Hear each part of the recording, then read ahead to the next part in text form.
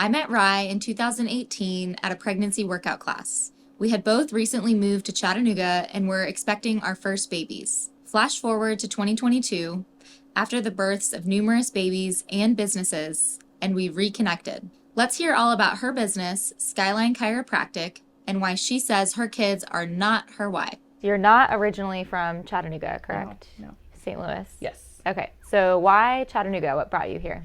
So my husband and I are both from St. Louis. We grew up 2 miles-ish away from each other. So we're literally from like the same part of St. Louis and everything like that. And we just knew that that wasn't where we wanted to have a family and raise our kids. Because the cool thing about having your own business is that you literally can go anywhere. You're not tied to a job or a company or something like that. So we were like, if we don't want to raise our kids here, where do we want to raise our kids? Like, what do we want to do? And so we just kind of started looking all over the U.S., really. It's, once again, the cool thing about opening your own business is that you could just say, like, I want to open it here, right? And so we decided to make a list of, like, our non-negotiables, essentially. And so he really wanted to be around, like, mountains and do outdoorsy stuff. So he said we should move to Colorado. He would have that. I said, absolutely not. Like, the 3 times I've been to Colorado, I was like, it was nice, but, like, I don't care to move there. Like, no part of me is like, yes, let's go to Colorado. So I said, I would really love to move to a really big city, like Manhattan. And I was like, I think we should open in, like, Stamford, Connecticut. So it's, like, right outside of Manhattan, so a little more suburban, but like still close to a really big city. Yeah. And he was like, I would rather die. Same. So I was like, okay, well. So we took those non-negotiables that we wanted. I wanted to be close to a big city so we could be close to a big airport so that we could be, we could have access to, like, concerts and sporting events and stuff like that. And he wanted to have really nice scenery and lots of land one day. And so we took those non-negotiables and we were looking around the country. And we happened to be going to a wedding in Atlanta and drove through Chattanooga. And we're kind of joking. And we're like, this is cute. Like, we kind of like it. And then the more we thought about it, we were like, well, we kind of like it. Did you stop and, like, yeah, so we stopped and did, like, the touristy stuff first. So we did, like, Ruby Falls and Rock City and, like, that type of stuff. Yeah. And then then the second time we actually stopped on the way back from the wedding as well. And so we, like, ate at Champy's and walked down MLK and, like, did some really cool downtown stuff. And we were like, it's kind of cool. Yeah. So I feel like until you come here, that's the exact same thing that happened to us. Until we came here, we had no idea about it. Yeah. And then we were like, this is really cool. It's really clean and, like, family friendly, and there's outdoor stuff to do. And it has a small town vibe, which I hope it keeps. Yeah, even though it's growing really, really big. Yeah, it's interesting. I want it to keep the small town vibe, but I also really want it to, like, lean into its own because Chattanooga is such a cool city. And so I'm happy that, like, we also get to share that with other transplants because it's like, our city is really cool. Like, come hang out, you know? Yeah, and we're getting better restaurants. I feel like the restaurants have some improvement to make. Yeah, so true. There are definitely some big city things that I miss. So I'm glad we're, like, close to Atlanta or close to Nashville. I can get my big city fix and, you know, when I go either way. So that was 2018. That was 2017, actually. Okay. Yeah. We moved here. So I graduated in December of 2017, and I did my internship in Knoxville. So I was already living in Knoxville from, like, August of 2017. And then Jake moved down here on Thanksgiving, actually. So Thanksgiving is our Chattanooga anniversary. He moved down here on Black Friday. So it'll be 6 years. Yeah. Holy cow. Yeah, 6 years. Yeah. In a week or so. Or no, in a couple days. Yeah, real soon. Yeah, because we moved here 2018, April of 2018. Yeah. So almost, I mean, a little bit after you, but it's a good spot. It is. It was a good time. It's so crazy that it was like we had the same timeline. Yeah, and then we were pregnant at the same time. Yeah. And then early 2019 is when you started Skyline Chiropractic. Yeah, So tell me a little bit about why you started it and how you started it, really just how the company came to exist here. Yeah, so I knew I was going to open right out of school, and then I had some really fun delays. I found out on Christmas Eve that it's so funny that I'm saying this on a podcast because, like, 4 years ago I would have been like, I'm absolutely telling no one about that, but I'm like, I'm older and wiser now. Yeah, absolutely. I found out on Christmas Eve that I filled my last part of boards to get my license by 5 points, which literally means you missed one question. Oh. And I was like, on Christmas Eve of all time. So I'm like crying, Devastated. like hysterically crying. Jake's like, what are we going to do? We've already moved to Chattanooga. Like, what's going on? And so I ended up working in Knoxville for like another 4 months. We'd already, once again, still planned on moving here, had already moved here. So we knew we were going to open our office eventually. It was just how long it was going to take to get there. So I stayed in Knoxville for a few more months at one of my mentor's offices. And when we found out we were pregnant with Kaya in May, I had also just quit my job because I was like, we're going to go open this office. And then I was like, oh, I'm pregnant. Okay. I think we found out in March. Yeah, March, April. We found out in like March or April. And I had already told my boss that I was leaving in May. Yeah. Like that May 31st was my last day. Because another girl in our office was also leaving that day. And so it was just, it worked out. It was a nice You're flow. like, bye. To like train the new people and then us leaving. So like there was just a nice flow of us like, we knew things were going to come to a head around that time. So we were already planning, like had these big plans of me leaving the office and then like coming to Chattanooga. So it was, then we were like, oh, and by the way, I'm pregnant. And she was like, so are you still leaving? Do you still want to leave? Like, do we need to revamp this whole plan? And I was like, I don't really know. Here we are. So I did decide to leave. We ended up coming to Chattanooga full time. So I went to like opening the office full time. And we actually ended up opening, we had our ribbon cutting 6 days after Kyle was born. Insane. Absolutely insane. Yeah, I still can't believe that. It was nuts. Do you remember it at all? Or were you like... So I remember literally like having the C-section and having my computer in the hospital while the like NCAA football championship was on TV. And I was like, I really need to talk to the caterers because our number keeps dropping because people are assuming we're not having the ribbon cutting because I just had a baby. And my mom and my mother-in-law being like, because you probably shouldn't have the ribbon cutting because you just had a baby. And I was like, no, I planned all this stuff. There's people coming. I have caterers. Like, I'm not canceling it. Because Kaya was like 2 weeks late. So there was like, when we planned it, we were like, she has to be born by that point, right? So even then, it's funny that you would have planned a grand opening with a 3-week-old yeah. baby. Especially your first. Like, I feel like your second or third, I don't know, I don't have a third yet, but I feel like you'd be like, oh, whatever, like, it'll be fine. Yeah, no, I was like 3 weeks old. Well, it'll be fine. Yeah, it'll be great. She's good. She'll hold her own. Yeah. I mean, by that time, so I guess by that time, she would have been, like 3 weeks old. Yeah, that's bananas. But it worked out. Yeah, looking back on it, it's bananas, but here we are. Yeah. And so, so we opened in 2019, like officially January 14th, and just started rocking and rolling. That was 11 days after Kaya was born. Oh my gosh. Yeah. So started adjusting. It was, her being in the NICU was actually kind of a blessing because it was like, not that I wanted my baby in the NICU, but because we were insane and opened our office, it was kind of nice that we had like baby time and work time. Totally. Like I could go to work and knew that someone was like taking really good care of my baby because she's in the NICU and we couldn't be there at all hours of the day anyway. Right. And so, we'd go to work for a few hours and then we'd go to the hospital for a few hours and we'd come back to work for a few hours and we'd go to the hospital for a few hours. And we did that for, another like 2.5 weeks. Wow. Yeah. And then she came home. When did she come home from the NICU? She came home at the end of January. Okay. And so then in February, she started coming to the office with us full time, and she did that until she was 3 years old. Oh my gosh. Yeah. And now you're doing it again. Yeah, and now we had so much fun. We decided, let's just do it all over again. But you're pros, and Rai's office is set up, like, I went in there when you had Cody to visit, and I had never been there before. Really? And I never been there. Tour. I'm sorry. Well, I mean, you had a baby, and you just had a baby, you were working, and but it was cool to see how you have it set up, because Jake is at the front, correct? Mm-hmm. And then he kind of watches your clients' children when they come in. So they've got like a TV set up, and then you've got like our lobby, little indoor like play stuff and like things for them to climb on. And the kids, I mean, there were like 4 or 5 kids in there, including yours. Yeah. And then you were just wearing her. She was sleeping in a Dakota. Yeah. Like, this is cool. It's like the best of both worlds chaotically combined in one place. Yeah. Well, it's very like family oriented because Yes. even we planned on our office being like that before we knew we were having kids, Cool. right? Or like even when Kaya was little, like before she could play on our stuff there, that's how our office was. Like kids would come in and Jake would watch them. That's honestly how I got him to work at the office because he's a police officer by trade. And so I always forget that.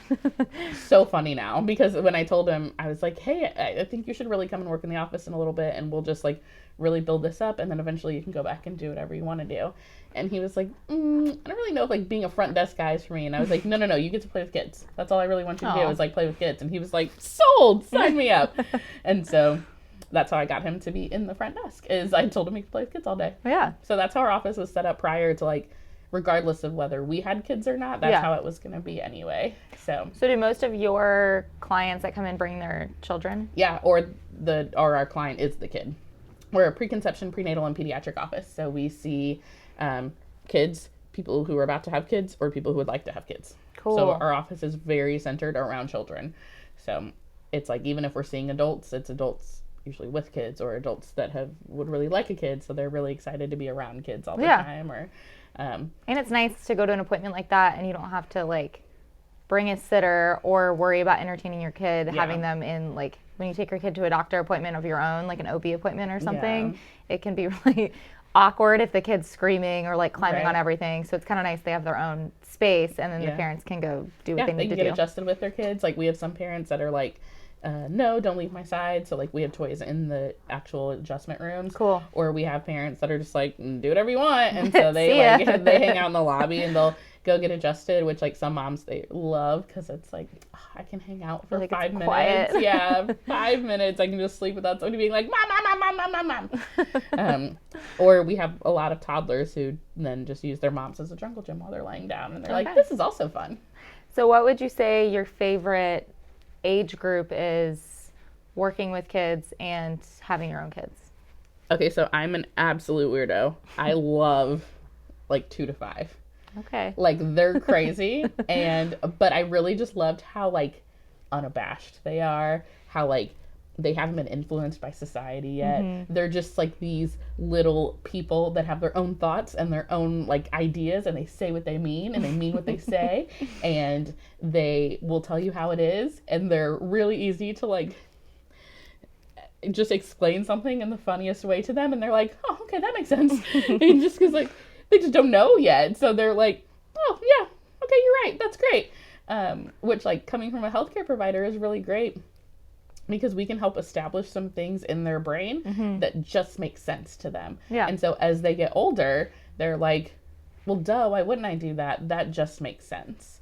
So, like, for us, when we're talking about how important the nervous system is and how you need to protect your brain and your spinal cord and like you need to protect your nervous system and you need to make sure we get it checked and make sure it's functioning well, our kids in the office grow up with that. So when they get injured, they're not like, oh, I need a Band-Aid. They're like, oh, I need to go get checked. Like I need to get adjusted. Yeah. Because they're like, no, I need my brain to work well. Like I don't care about the scrape on my knee. Like that's going to heal, but like I need my brain to work well, Mom. And so like when we're getting to teach them things in that like 2 to 5 year old age range. They're like a I sponge. just love it. Yeah. Yeah, I love it. like 1.5 to like 3 is not my favorite. They're like so irrational and you can't really like reason with them. Yeah. They're hilarious, but I think personality plays a part in it too. Yeah. But I love like 4 to 5 is really fun because they do say funny things, but they're also like they have their own interests and they're learning so much. Processing. Yeah. So it's cool. But I also love that being a provider, the reason why 2 to 5 is my favorite is because I see them for like 10 minutes and then I give them back. Yeah. People who work with like 2-year-olds all day, I give them mad props because I just couldn't do it. Yeah. Especially multiple who aren't your own. No. I see them for like 10, maybe 20 minutes tops and I'm like, this was so fun. Bye. I'll see you later. I got my fill of this toddler. Yeah. Like I will see you later. So like if they're having a crazy day, I can literally just be like, that was fun. Bye. I'll see you next time. Yeah. Versus like, and if they're having a lot of fun, then we can just keep having fun. Yeah. You know? So it's a fun range when you like get to do what I do. 2 to 5 is great. Cool. And then like I have a little girl right now who is obsessed with like being a chiropractor. And so she calls How old is she? She is almost 2. and she calls them boops and has stabbed her mom like 18 times with a pen because I use an instrument to adjust, and she thinks it looks like what I do, so she just like stabs her mom with a pen. But it's hysterical because every time she comes in, she's like, oh, Dr. Rai, boops, yes, and she's like, it's so excited. That's cute. So yeah, I love that age. They're fun. So do you see them at this age as well? Yeah. So we adjust literally from, well, the beauty of being a prenatal office is I'm usually taking care of mom while she's pregnant. And so part of our prenatal care is like all the way through pregnancy, including 4th trimester. So we usually will adjust like baby at birth and mom at birth. I've been really, really blessed and privileged that like I've had women call me to their births to help assist them with their births. That's cool. It's really like, it's such a blessing because birth is such a sacred space. So like the fact that of all the people in the world, they say like, oh, I really just like my chiropractor here. I'm like, this is so cool. That's really cool. So I feel really special when I get called to births. I'm like, this is awesome. But yeah, so we see literally any age range. And so yeah, we adjust babies right out of the womb. Kaya was adjusted at 3 days old because she was whisked off to the NICU, and that was just the soonest I was able to like physically put my hands on her because they had like a bunch of tubes and wires and stuff. So yeah, we adjust itty bitty tiny babies all the time. And Cody's been adjusted, I'm assuming? Oh yeah, Cody got adjusted one-handedly on my chest during my C-section. Oh wow. I was bored. Like after they took her out and like they put her on my chest, I was so excited. So I held her for like 5 or so minutes, and then they were like, okay, we need to like put her hospital bands on now. I was bored. Yeah.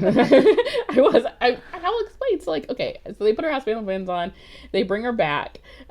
Jake's like looking at her and doing all the stuff, and then they're like, okay, we're gonna close up now. And so when they close up, you can't have friends and family in the OR anymore. So at that point, like Jake and my doula were both like moving our stuff from the pre-op room to like mom and baby, and it was just me and the doc and his assistant and like a couple nurses and the anesthesiologist.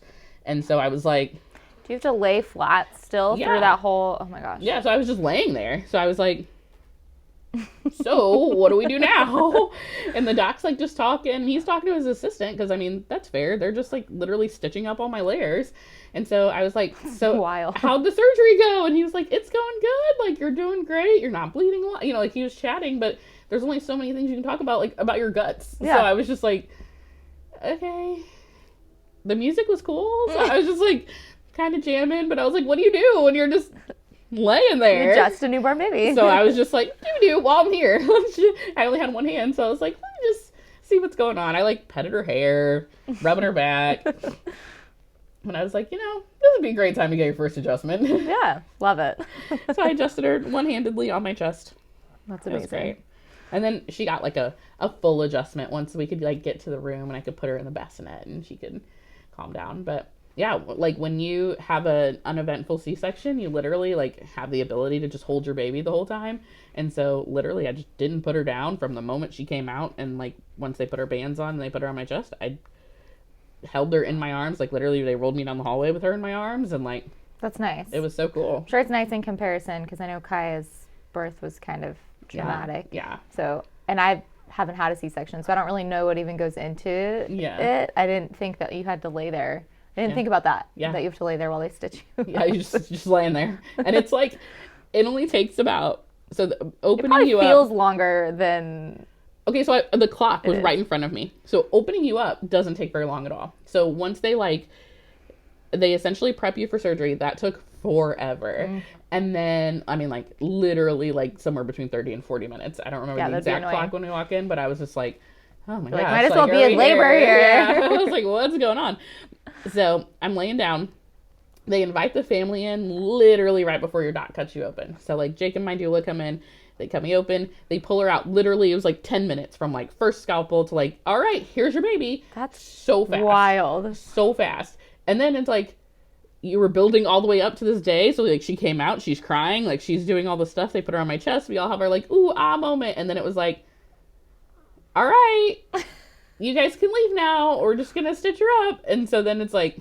I wonder why they don't let family in when they're stitching. Do people pass out? I don't know, or I think it's just like it's a chance for just more germs and like more exposure. So they're just kind of like, okay, like get out. Yeah, you don't really need to be here. I mean, once they're like like, I think they were there to, like, get my placenta out and, like, close my uterus and, like, do all that jazz. But I think once they're just, like, stitching your stomach, they're like, what's the point of interesting. So yeah, once they left, I was just kind of like, I was bored. Here's my baby, so I figured I'd adjust her. Yeah. And so what would you say are your strengths when it comes to owning your own business? I think it's a strength that Jake honestly has taught me a lot about, but I think our strength is like our compassion and our humility, because I think owning your own business, it can be really easy to get caught up in like the business world, you know, like people always say like eat or be eaten, or that's just business. And it's like, yeah, but we're in like a people business. And so we're not really in like an eat or be eaten type of business. Like I'm literally in business to take care of people. So for us, I think a big strength is that we take our compassion and humility and we'll take it into business. And like, even if we get burned, even if it's not like the best financial decision for us, and like even if we have to work off extra to like take care of that person, like we're going to take care of people. And I think that is what kind of separates us, is like a provider, yes, and like a business owner, yes, but like as someone who literally takes care of people. Yeah. Like, that's our job, is to just take care of our community and our families. And we know that like what we get out, like what we put in, we'll get out in return. So our goal is just to take care of people. And I think that's what makes us really cool. Yeah, that's sweet. Yeah. I feel like that's the right mindset to have.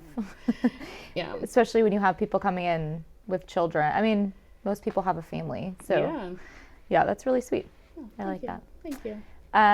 What would you say, so kind of opposite end, what would you say are your biggest challenges when it comes to owning a business and then raising a family at the same time?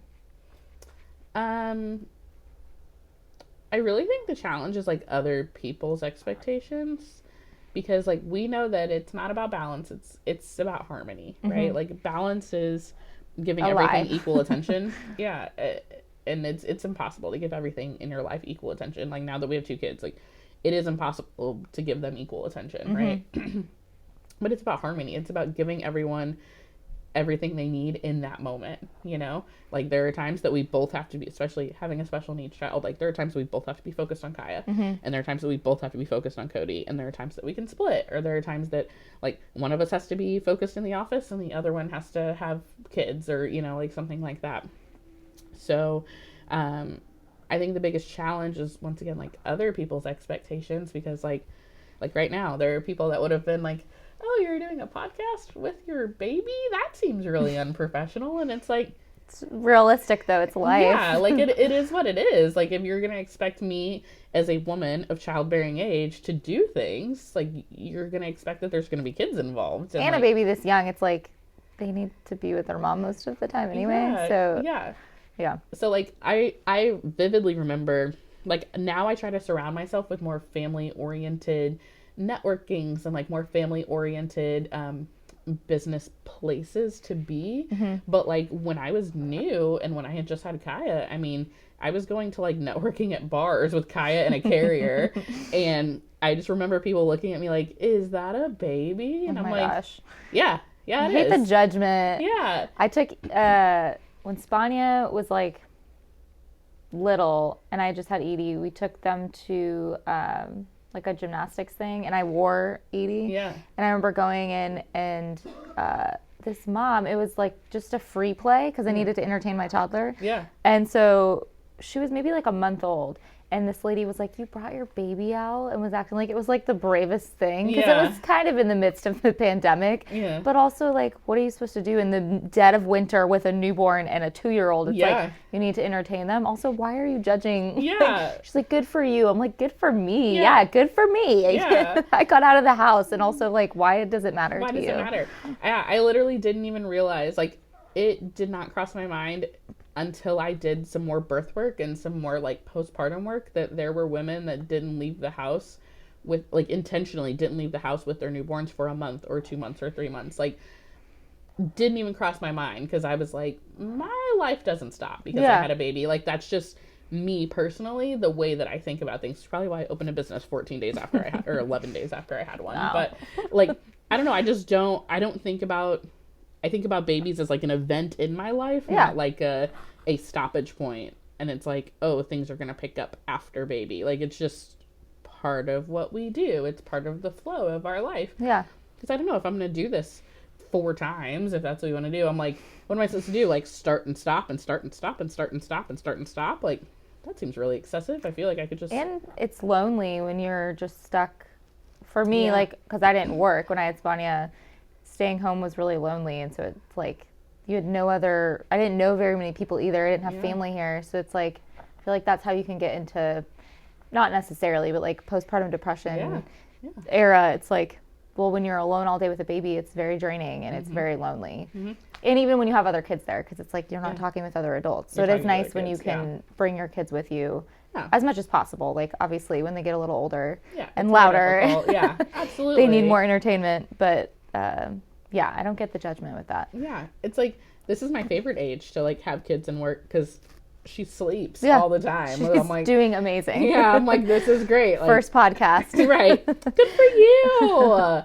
So I was like, yeah, this is amazing. Like, she can sleep, and like, if I had a laptop, like, I could be doing work right now. It's like, why wouldn't I do that? I'm not just gonna, like, I got bored 20 minutes after I had her laying on the table. So like, my mind would not do okay. I mean, like, kudos to moms who are great at that. And, like, who can take that time and like really turn within and realize that it's just them and their baby and making that connection. And like, I think that is also a very cool way to parent. And sometimes I wish that was me, but I think coming into my sense of self and realizing like, that's not who I was created to be. I'm not the person that's just going to sit at home. Like, I think people were taking bets if I was going to take my whole 2-week maternity leave. Like, I had practice members that were like, and did you're going to last a week. I did last all 2 weeks. I did. 1 to 2 is a transition, I thought. Yeah. I thought it was a big transition. And you mentioned like how you can't give one kid the balance. It's hard to balance. That was the hardest adjustment for me, is like when you have 2 little kids and both of them are screaming, who do you go to first? Like, how do you determine which one needs you more in that moment? And you do, like, now that my kids are older, I mostly have it figured out. You know, when there's a piercing scream and you're like, I should probably see what that is. Yeah. But when you have a little itty bitty baby, and then you have, you know, I have an almost 2-year-old. It was like having 2 babies, and I'm like, I don't know which one needs me more. And so that I thought was the biggest adjustment. Yeah. And ours was a little bit different, because in some ways, like, Kaya's always a baby, and so and in a lot of ways she's not, and so it was an interesting adjustment sometimes, because it was like she's 4 but she's still in diapers, and so it was like, okay, you need a diaper change and you need a diaper change, but the little's diaper change is a little more pressing because she's like freaking out, and Kaya's like, meh, it's like just another Tuesday. Yeah, like, I'll be okay. So learning different things like that, where it was like, you'll be okay for a second, and if you pee through your clothes, like, I'll just put new ones on you. Like, you're screaming bloody murder because like you just pooped for the first time ever, and you're like, oh my god, what is this? So that's funny. Yeah, it takes definitely some harmony. What was the question? I think this is the one about challenges. So I guess, what are your biggest challenges when it comes to both?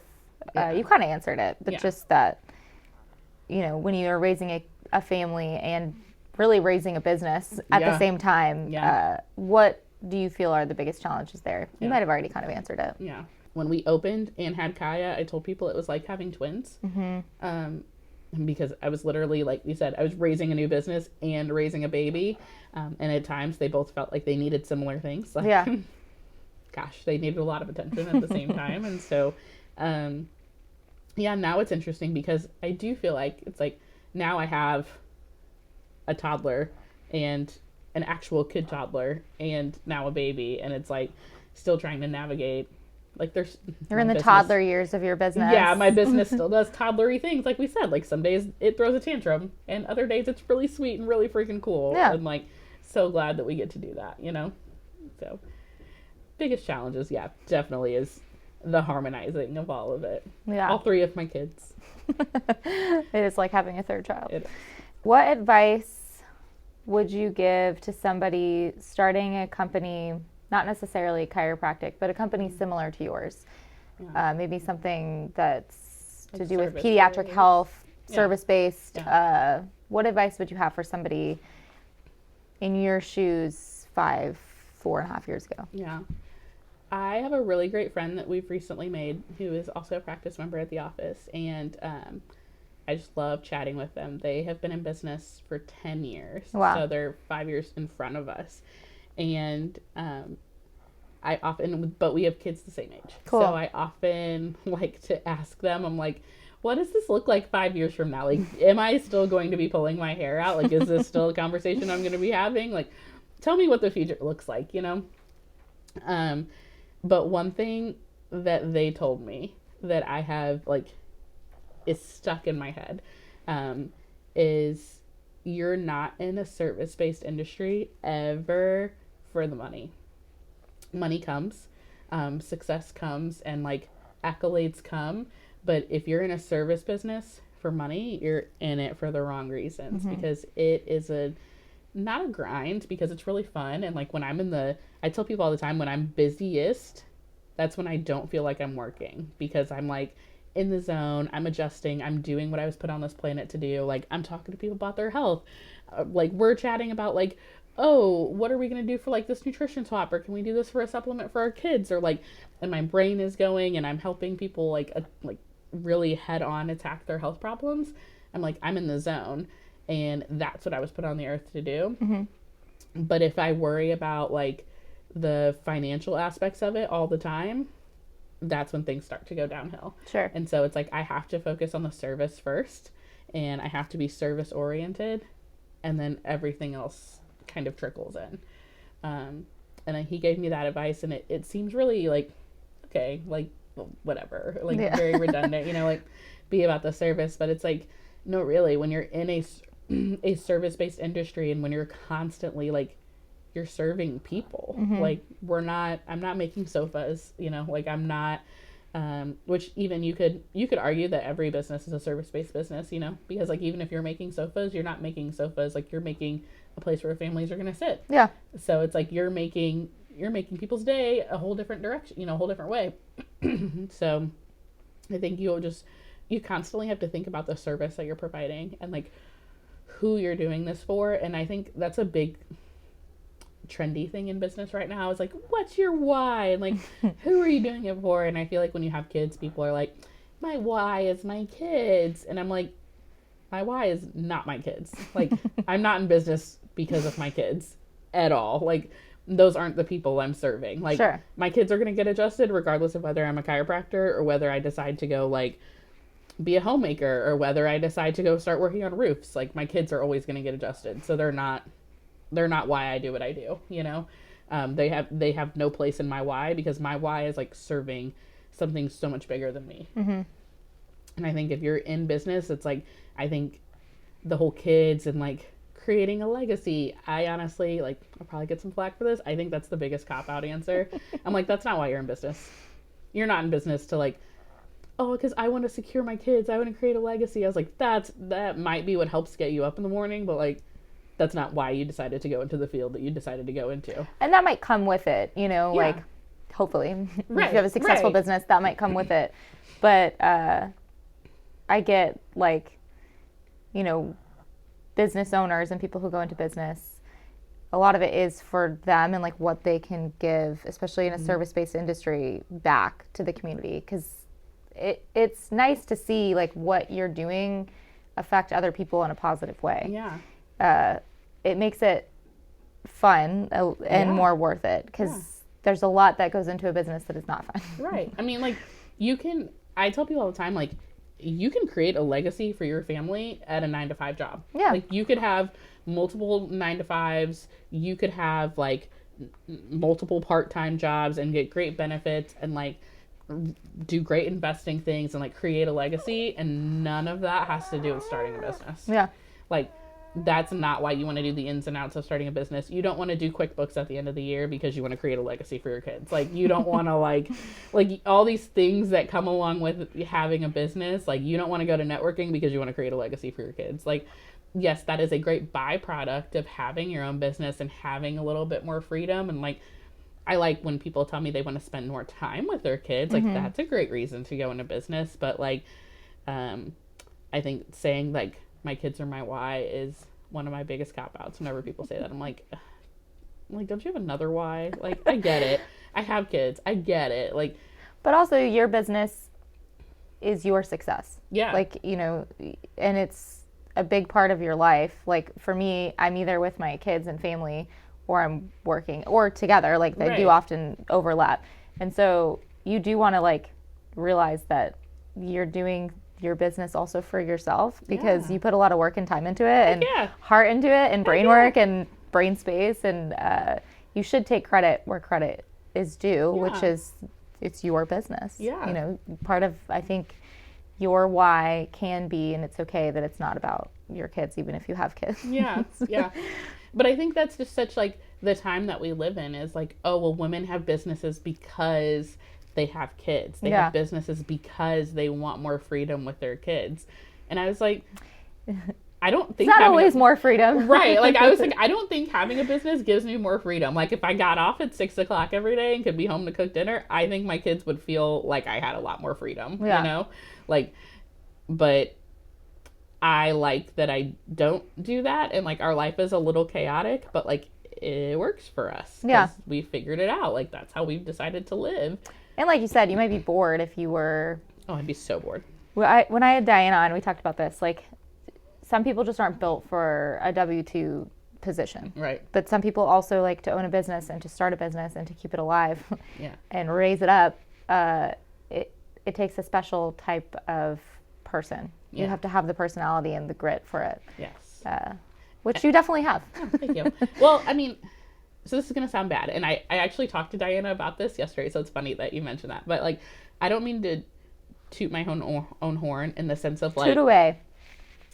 I'm really good at a lot of things. Like, I'm really good at becoming really good at something, because I have one of those, like, obsessive personalities where it's like, I will get really, really, really, really, really good at whatever is going on, because, like, before I start it, I'm going to obsessively research, and I'm going to get the best you tools. And Ross are so similar in that regard. It's ridiculous. Like, I'll give you a very small example. I have a really great friend that has been, like, consistently making sourdough for, like, I think, like, 2 years now. That's cool. I watch it on her Instagram. She makes it, like, every Sunday for her family's meal prep. I think it's the cutest thing. It's very cute. And so I was like, I want to make a sourdough. I think that's fun. And so I started researching freaking sourdough. I went so far down this rabbit hole. I got all the stuff I needed to get. People were like, it's going to take a while. Your loaves aren't going to be great the first few times. And so I had asked my friend about it. I did all this research. I got the stuff. I baked a loaf of bread, and it literally came out beautiful the very first time. Like, absolutely gorgeous. Like, I sent it to the friend that I talked about, and she was like, that was your first loaf. Not what I thought you were going to say. Exactly. She was like, that was your first loaf? And I was like, yep. And you said, was like, you like held the beat, and I was like, she's going to say burnt or like completely black. And I was like, oh, beautiful. Okay, that was not the word I was going to It came out gorgeous. And she was like, wow, that's your first loaf? And I was like, yeah. And she was like, that's really good. And she was like, how did it taste? Like, how did the rice do? And I was like, it was great. Like, it was perfect. And she was like, okay, cool. She's like, well, that's awesome. Like, when are you going to make your next one? And I had made, like, I don't know, 6 or 7 loaves of bread. And it took a really long time to, like, the process of making sourdough was really long. I don't know. I've honestly never made it. No, it takes a really long time. And so after, like, 6 or 7 loaves, I was like, okay, this isn't, like, as hard as I thought it was. And I'm kind of bored now. Like, it wasn't worth it to me to keep making it. Like, I'm glad I have that skill, and I'm glad I learned how to do it, but I was like, okay, well, I kind of did that. Like, I did it. Done. It works out well. I don't really know what to do now. And so knowing that about myself makes it really, really difficult to not be in business for myself, because when I often think I should go get a job, like a W-2 job, because I'm literally, like, bored in my head. Like, I want to, like, have a task and perfect it. And the hard part about being in business is that, like, nothing is ever done. And, like, there's no, like, oh, I did this and I perfected it. I did this and I perfected it. And so there's always room for growth. That drives me insane in my head. And so I think that's one of the reasons why I like being in business, because it challenges you. Yeah, like, I don't hit that ceiling. I'm never just like, because if really you did, though, then you'd probably move on. Right, exactly. So it's a I'd be bored. I'd be like, okay, well, I did that. So, And when you get to that point in business, at least for me, that's when you can like look ahead and you're like, am I going to do it? Am I going to make the next leap? Am I going Right. to do it to grow? And then you're like, yeah, sure. And Yeah. you just step right off the ledge. exactly. But "I'm like, gonna do it it's again." scary, especially the first time you think to do that, but it does keep things interesting. And then it brings a whole another slew of challenges. But Right. again, like I would be bored if I didn't have it, my life that way. Yeah, yeah. If somebody else was creating my goals and creating my No. my standard of success, I feel like Or your ceilings. yeah, like I'm a person that's like I'm attaining goals. So like once I got to that ceiling, I would be like, okay, well, I made What it. next? So what do I do now? You know. Excuse me. I tell people often, like I honestly think, once again, I feel like this sounds very self-righteous, but I honestly think if I was like working a W-2 job, I would have like I'd be one of those people that was like, oh my gosh, she's like a COO by the time she's 28, or like, oh, like she's running the ship and she's 32. Like I feel like it would have been one of those situations, and then I would have had a huge midlife crisis. Like I would have hit like 37 and been like, I've done all the things I wanted to do in my life. Yeah. What do I do now? You're meant to own a business. Yeah.